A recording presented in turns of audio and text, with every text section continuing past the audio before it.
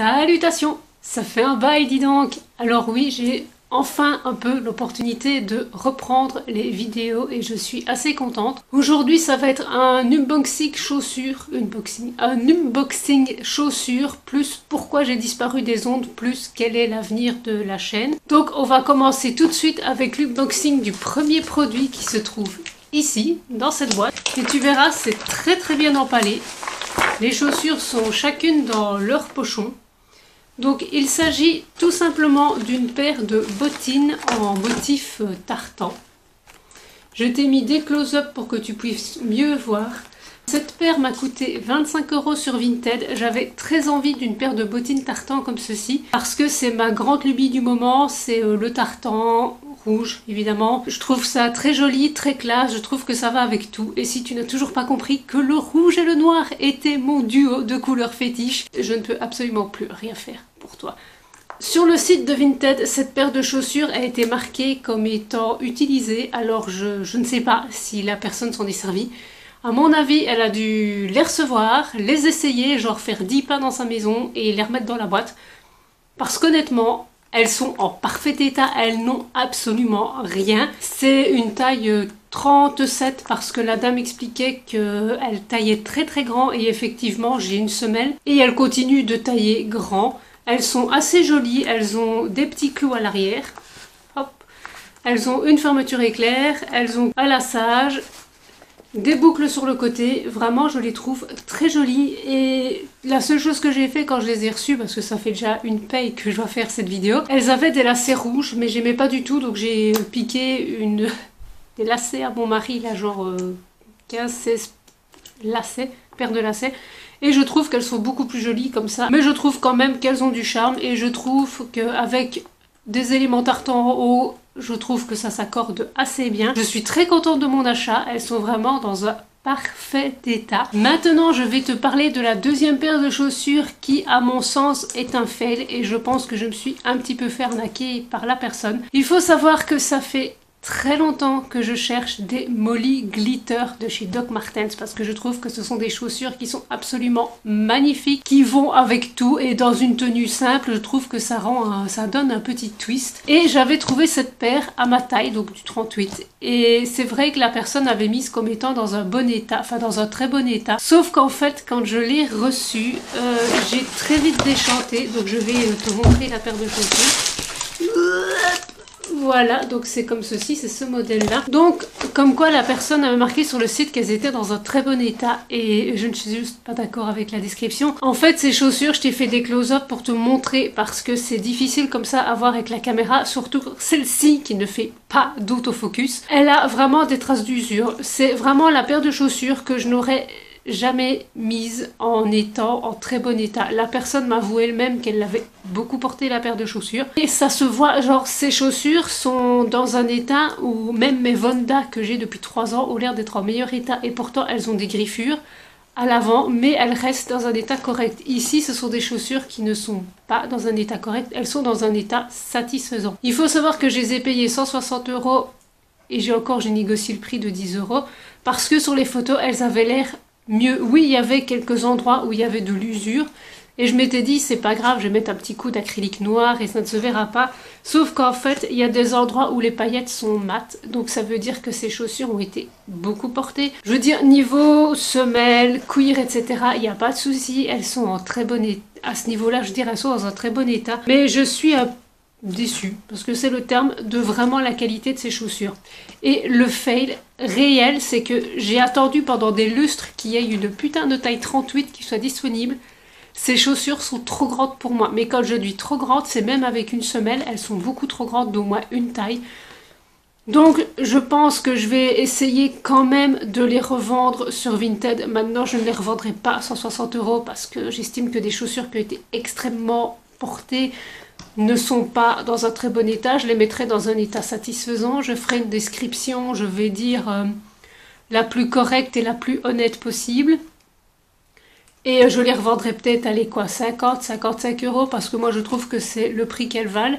Je sais que des Molly Glitter, à l'époque quand elles sont sorties, c'était plus de 200 €. Mais celles-ci, franchement, je vais être honnête avec vous, pour moi elles ne valent pas plus que 50-55 €.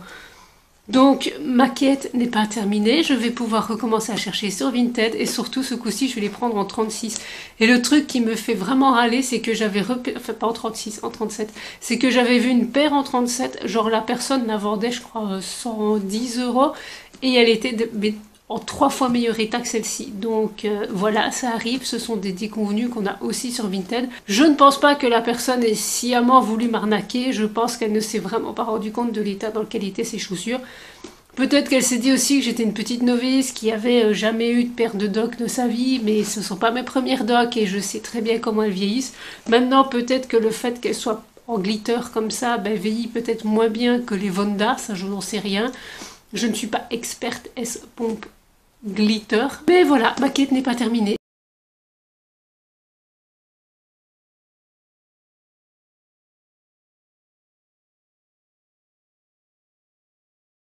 Maintenant que j'ai fini l'unboxing, si c'était la seule chose qui t'intéressait, ben voilà, merci d'avoir cliqué sur cette vidéo, à la prochaine.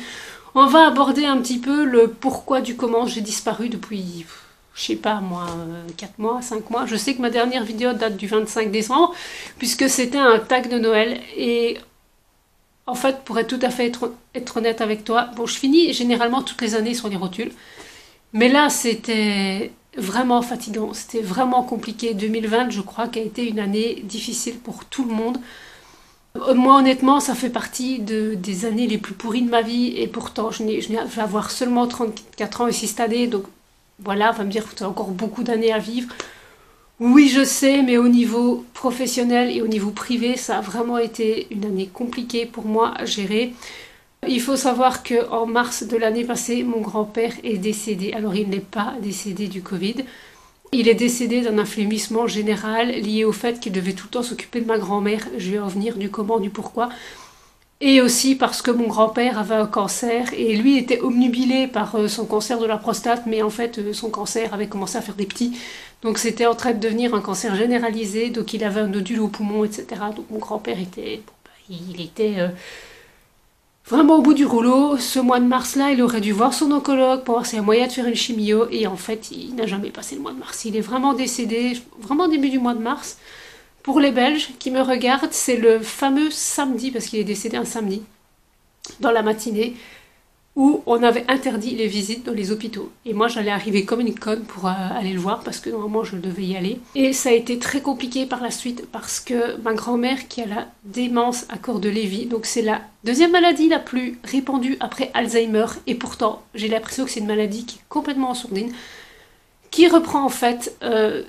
des symptômes d'Alzheimer, dans le sens la perte de la mémoire directe. Pour dire de manière bien belge, elle n'avait plus toutes ses frites dans le même sachet, c'est l'équivalent de la lumière à tous les étages. Elle avait aussi des symptômes de Parkinson, c'est-à-dire les tremblements. Et surtout, elle avait des sautes d'humeur, elle pouvait être très agressive, elle avait des hallucinations aussi. C'est le genre de personne qui pouvait limite essayer de vous flanquer à la porte, mais genre parce que vous avez peut-être dit un truc qui lui a pas plu sur le moment, même avec le plus de gentillesse et le plus de bienveillance possible, et qui, 5 minutes après, va sauter en tapant des mains et en chantant dans son salon. C'est à peu près ça, la démence à corps de Lévy. Je pense que c'est ce qui a aussi causé le décès de mon grand-père, c'est que s'occuper de quelqu'un qui est comme ça, c'est extrêmement épuisant. Et croyez-le ou non, j'ai justement une dame qui a ça, j'y vais 3 heures le mercredi, je suis siphonnée quand j'en sors. Et encore, moi j'y vais en tant que professionnelle de la santé, donc je me doute bien que le compagnon, ouais, il en peut plus le pauvre. Donc ça a été difficile parce que ma grand-mère ne pouvait pas rester seule, donc on avait mis en place des aides, notamment la CSD, mais la CSD ne savait venir qu'à partir de la semaine d'après, c'était 30 heures. Ma grand-mère, tu fermes les yeux 3 secondes, c'est fait, elle a fait une connerie. Et juste, donc le samedi matin, je veux dire à 7 heures, mon grand-père est décédé, de la nuit du samedi au dimanche. Ma grand-mère s'est cassé la gueule dans les escaliers. Alors au départ, quand on m'a dit ça, j'étais là en mode wesh, parce qu'en fait, ma grand-mère n'a jamais pioncé de sa vie dans un lit, elle a toujours dormi dans un canapé. Donc je n'ai jamais compris pourquoi elle était montée à l'étage. Peut-être que mon grand-père lui manquait, qu'elle voulait avoir son odeur ou quoi, j'en sais rien. Et ma grand-mère est descendue pour aller aux toilettes. Ce qui est très con, c'est qu'elle avait complètement oublié qu'il y avait une toilette genre à côté, parce qu'il y avait une salle de bain en haut avec un WC. Et du coup, elle s'est fracturé le fémur. Pas le col du fémur, non, le nonos. Et elle a dû être forcément hospitalisée et opérée et mise en validation. Et de la revalidation, elle est allée dans un centre dans une maison de repos plutôt, en court séjour. Donc c'est-à-dire ma grand-mère de base devait rentrer chez elle. Nous, on a fait tout pour retarder le fait qu'elle rentre. Parce qu'en fait, elle n'était plus du tout apte. C'est pas genre le truc de vieil emmerdeur qui veut pas s'occuper de la vieille chiante et qui veut pas s'occuper d'elle dans sa maison. Ma grand-mère n'était vraiment plus apte à rester chez elle. Et bien évidemment, pour la maison de repos, nous avons été catalogués comme étant la mauvaise famille qui voulait se débarrasser de la petite vieille qui pose problème. Je sais qu'il y a des familles comme ça, mais nous, c'était pas le cas. Au fur et à mesure qu'elle est restée là-bas, ils se sont rendus compte qu'il y avait un souci. Ben oui, ça fait juste 4 mois qu'on vous dit qu'il y a un problème, donc je pense qu'on sait quand même de quoi on parle. Et de là, il s'est avéré que ma grand-mère n'était plus du tout en état de rentrer chez elle. Je vous jure que quand on m'a appris ça, ça m'a tiré une épine du pied. Je me suis dit, ouf, enfin quelqu'un qui comprend. Et a été mis en place une procédure d'administrateur de biens. Alors, je ne sais pas comment ça se passe dans les autres pays, mais je vais vous expliquer comment ça passe en Belgique. Donc, c'est soit le médecin de famille, soit quelqu'un de la maison de repos qui demande le passage d'un ou d'une juge avec un ou une greffière. Dans notre cas, c'était tout au féminin. Et cette procédure permet tout simplement d'éviter d'escroquer en fait ces personnes-là qui pourraient peut-être potentiellement toujours signer quelque chose, mais qui ne s'en rappelleraient pas. Donc ça évite de lui voler tout son blé, de lui voler sa baraque. Enfin voilà, c'est, je trouve, une belle procédure qui aide pour le bien-être de ces personnes. Bon, ça a été, entre guillemets, acté rapidement puisque mon père a été désigné pour s'occuper de ma grand-mère. Et à partir de là, je vais dire, une fois qu'on a su qu'elle ne rentrerait plus chez elle, on a commencé à souffler. Le gros problème, c'est que c'est arrivé en plein Covid. Donc, en plein télétravail. Et en fait, bon, moi malheureusement, je n'ai fait qu'apporter mon soutien à mon père parce que travaillant, c'était pas possible. Mais c'est beaucoup de coups de fil parce que les services ne se parlent plus entre eux. C'est beaucoup... enfin voilà, par exemple, la mutuelle de ma grand-mère a continué à prélever sur son compte alors que le compte a été transféré dans une autre banque. Tout doit passer par l'avocate, puisque c'est une juge qui désigne une avocate qui... mon père doit rendre des comptes à l'avocate, voilà, c'est comme ça. Donc ça prend un temps de dingue, les délais prennent des temps de dingue. On doit aller vider la maison de ma grand-mère, c'est génial, on est en plein Covid, en Belgique, en fait... Enfin, en pleine pandémie, je crois que vous avez remarqué que de toute façon depuis 2020 c'était le bordel, donc je ne vais pas continuer à dire qu'on est en pleine pandémie, ça paraît logique. Le truc c'est qu'en Belgique, en fait, on a des bulles familiales, donc c'est pas X kilomètres autour de chez vous, etc. Ça a été réduit à une bulle de 2 personnes plus 1, c'est-à-dire mes parents étant toujours en couple, si moi je voulais aller voir mes parents, je devais en voir qu'un des deux. Donc c'était, si la personne était seule, on va prendre l'exemple de la grand-mère de mon mari, on pouvait y aller à 2. Mes parents étant en couple, en fait, je pouvais voir que mon père ou ma mère, ce qui est très compliqué. Bien évidemment, vider une maison avec les distances, acheter un truc, on ne pouvait pas faire trop de kilomètres, ça a été compliqué. Donc ça a été très compliqué à ce niveau-là sur 2020. Ça a été beaucoup sur les nerfs, ça a été très fatigant. Et je ne vais pas vous mentir non plus, au boulot, ça a été une catastrophe. Les gens étaient stressés, les gens étaient apeurés. Enfin, c'est normal, je vais dire. Il y a quelques services qui ont arrêté de fonctionner pendant 2 ou 3 mois. On s'est ramassé plein de demandes, j'ai fait des horaires de 40 heures semaine. Alors pour ceux déjà qui seraient dans l'ORECA, enfin, quand l'ORECA fonctionnait toujours, je me doute bien que mes horaires de 40 heures, ça vous fait marrer. Mais il faut savoir qu'en Belgique, 40 heures, c'est un temps plein. Donc les régimes horaires en Belgique, c'est 38 ou 40 heures. Donc le temps plein, c'est 40 heures. Alors faire 40 heures semaine, quand vous faites des horaires variables, c'est bien. Vous allez me dire, ouais, c'est cool, de quoi tu te plains, t'as bossé. Mais en fait, je n'en peux plus. C'est comme ça depuis presque plus d'1 an maintenant que je fais quasiment que des temps pleins. Ici, c'est une exception. J'ai fait 16 heures sur la semaine parce qu'on s'est rendu compte que j'avais trop d'heures. La semaine prochaine, j'en refais 40. Oui, c'est normal, nouveau mois, compteur mis à 0. Voilà. Le fait de faire beaucoup d'heures, l'environnement très stressant, etc., j'ai fini en étant complètement épuisée. Et même à l'heure actuelle, je vais dire, la nouvelle année a démarré sur des chapeaux de roue. Et ça a été, c'est toujours très compliqué. Je pense que la seule bonne année que j'ai eue de 2020, c'est ma meilleure amie qui est tombée enceinte. Et qui doit accoucher d'ailleurs courante cette semaine-ci. Mais voilà, c'est la seule bonne nouvelle. Donc 2020, psychiquement, physiquement, ça a été une horreur. Donc j'étais épuisée. Donc j'ai même plus envie de faire des vidéos. En fait, je me suis retrouvée avec une période où la seule chose que j'avais envie de faire, c'était de me lever, aller bosser. Parce que mon boulot, c'est encore quelque chose qui m'apporte du plaisir et de la passion. Rentrer chez moi, voir mon mari, mon chien, aller dormir. Point. Boulot, métro, dodo. C'était vraiment ça. Je commence un petit peu à aller mieux et à sortir la tête hors de l'eau, mais je crois que j'étais vraiment épuisée physiquement. Ouais, j'ai fini de me plaindre. Je me dis qu'au fond, en parlant un peu de ce que j'ai vécu, ça peut peut-être aider quelqu'un. Peut-être qu'en décrivant plus ou moins la démence à Cordes-Lévy, si je ne fût-ce qu'avoir une personne qui peut peut-être se dire « Ah ouais, mais attends, en fait, peut-être que la personne avec qui je vis, ou j'ai une connaissance qui a ça, si ça peut ne fût-ce qu'aider une seule personne, je vais dire, je serais super contente, en fait. Voilà, c'est un peu le but, c'est pas juste vous étaler ma vie, c'est voilà, pouvoir rendre service, même au travers d'un écran. Donc pour ce qui est de l'avenir de la chaîne, comme mes horaires sont extrêmement variables, pas toujours très bien répartis. Parfois, c'est vraiment des heures que je fais en journée, comme tout le monde. Mais quand je rentre chez moi le soir, j'ai juste envie de me détendre, comme tout le monde. Je pense que je vais revenir à un rythme d'une vidéo tous les 15 jours. Parce qu'en fait, je n'arrive plus à faire une vidéo toutes les semaines. Déjà, le montage, j'aime pas ça de base.